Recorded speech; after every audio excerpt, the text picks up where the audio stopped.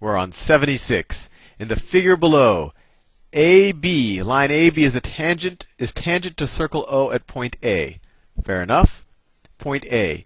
Secant BD intersects circle O at points C and D. Right, this is secant BD.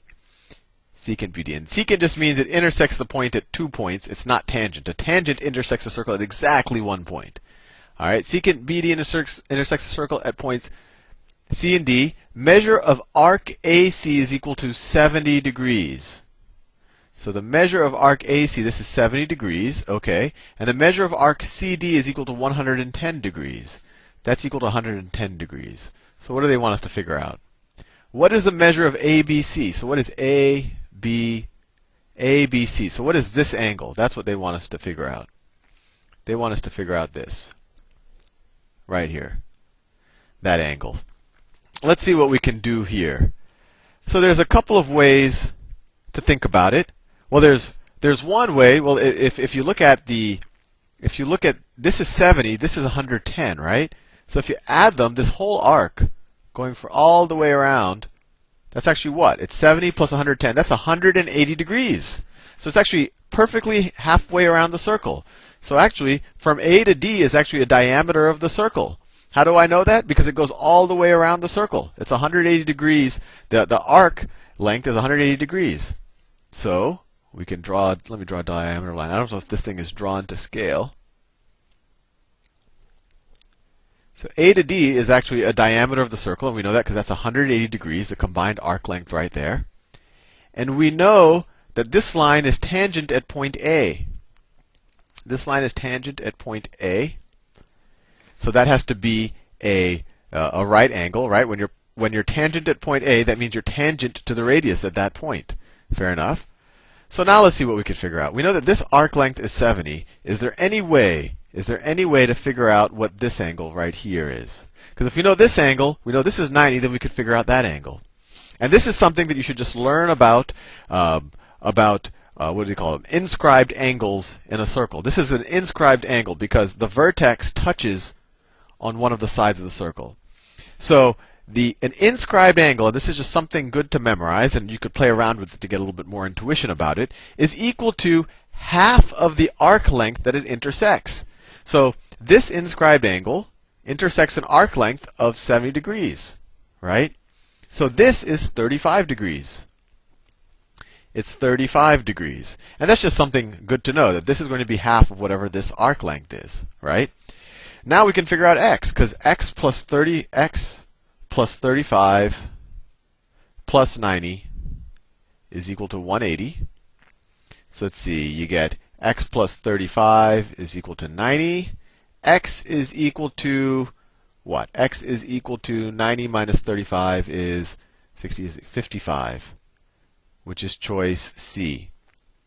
Now there's another way you can do this, and this is another interesting thing about lines that intersect in circles, is that this angle measure right here, if it's sitting outside of the circle, and I think there might be ones where it's sitting inside the circle later on, but if it's sitting outside of the circle, it's equal to 1/2 the difference of the arc measures that it intersects. So example, it intersects this arc measure of 70, and it also has this arc measure right here.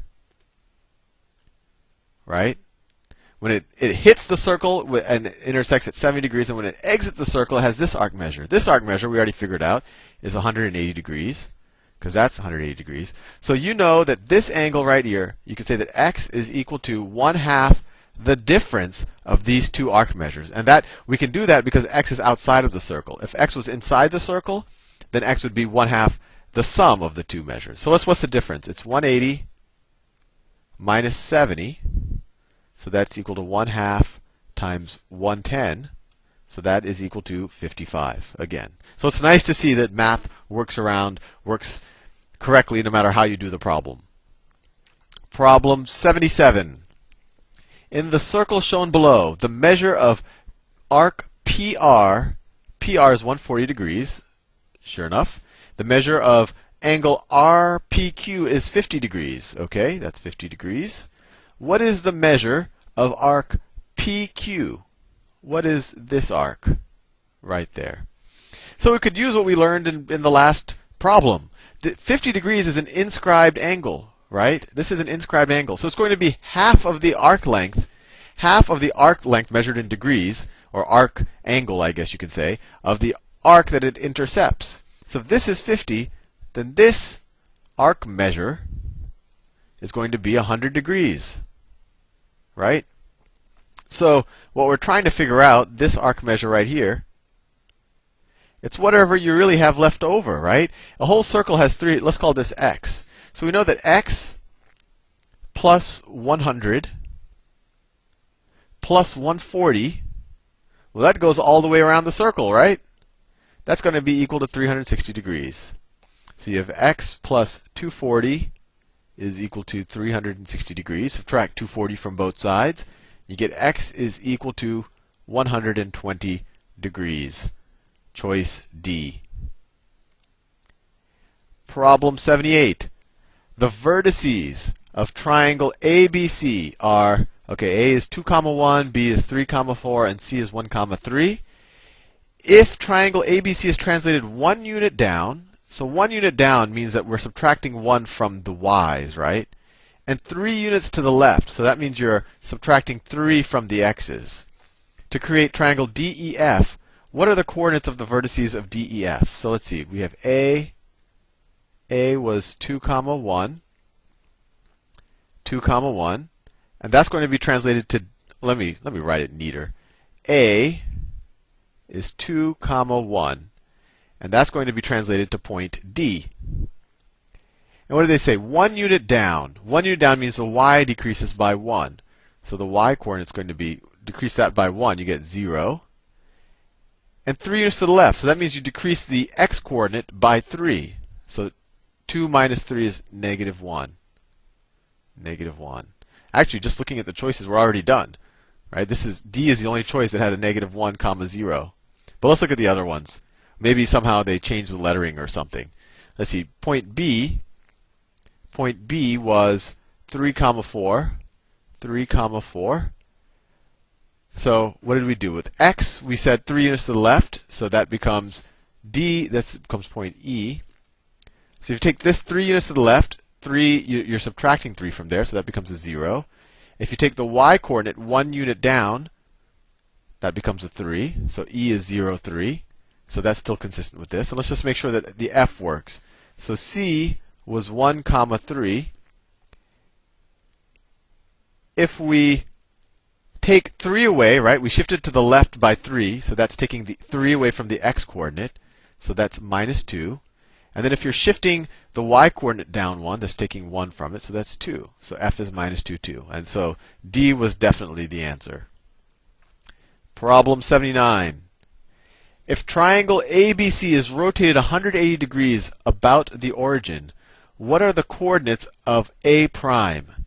Okay, so we're going to rotate this thing 180 degrees. And essentially, I mean, we could worry about all the coordinates, but they just want to know where A prime is. So this is going to have, so wherever A sits after we've rotated it, right? So let's think about it a little bit. Let's think about it a little bit. When we've rotated the C, this is going to be the new C. It's going to be right there. And then the new A, so let's see, the B is going to be, when you rotate it, I just want to make sure I'm doing this right. This is almost like this is a visualization problem. If you go 4, no, if you go, this is 4 to the right and up 3, right? So if you were to rotate it around, if you were to rotate, let's say this little arrow I drew with the 4, if I were to rotate that 180 degrees, I just want to make sure I do it right, then that's going to be 4 this way, right? That's going to be 1, 2, 3. It's going to be 4 this way. So you're going to be at that point. And then you're going to go, instead of 3 up, you're going to go 3 down. So it's going to go 3 down. 3 down. So that's where A prime is going to be, right at that point. Right there. And that's the point minus 5, comma, minus 4. That's minus 5, comma, minus 4. And that's our answer. But let's figure out all of the other points. So B, you go up 2, to the right, up 3 and to the right 2. So then you would go from the new C, you would go, let me make sure, right, about the origin, right. So the new C, I'm just trying to make sure I'm right. The new C would go, the new B, you'd go 3 down to the left. Okay, it'd be there. So that's the new B, right. And so that looks right. That's what the triangle is going to look like. This is B prime, this is A prime, this is C prime. Right? This is the new triangle when you rotate it 180 degrees. That was a challenging visualization problem, but the key thing is just to keep visualizing going around 180 degrees. So -5, comma -4, that's choice A for A prime. Problem 80. Problem 80. Let me switch to a better color. Trapezoid ABCD below is to be translated to trapezoid A prime, B prime, C prime, D prime by the following motion rule. Okay? What will be the coordinates of vertex C prime? Okay, so that's all we have to worry about. We're at C and we're going to translate it to some C prime. What are the coordinates of C? C is x is equal to 5 and y is equal to 1. So what's C prime going to be equal to? C prime, we'll just use this mapping rule. You add 3 to the x, so it's going to be 8. And you subtract 4 from the y. So 8, 1 minus 4 is -3. 8 minus 3. And that's choice D. And we're all done. We're all done with the entire California Standards Geometry test. And frankly, I started off grumbling a little bit because I thought they were getting a little bit too obsessed with the terminology. But overall, I think this was a pretty good test. And if you understood every problem on this exam, I think you know your geometry pretty well. Anyway, see you in the next video. Although this is the last in this geometry series.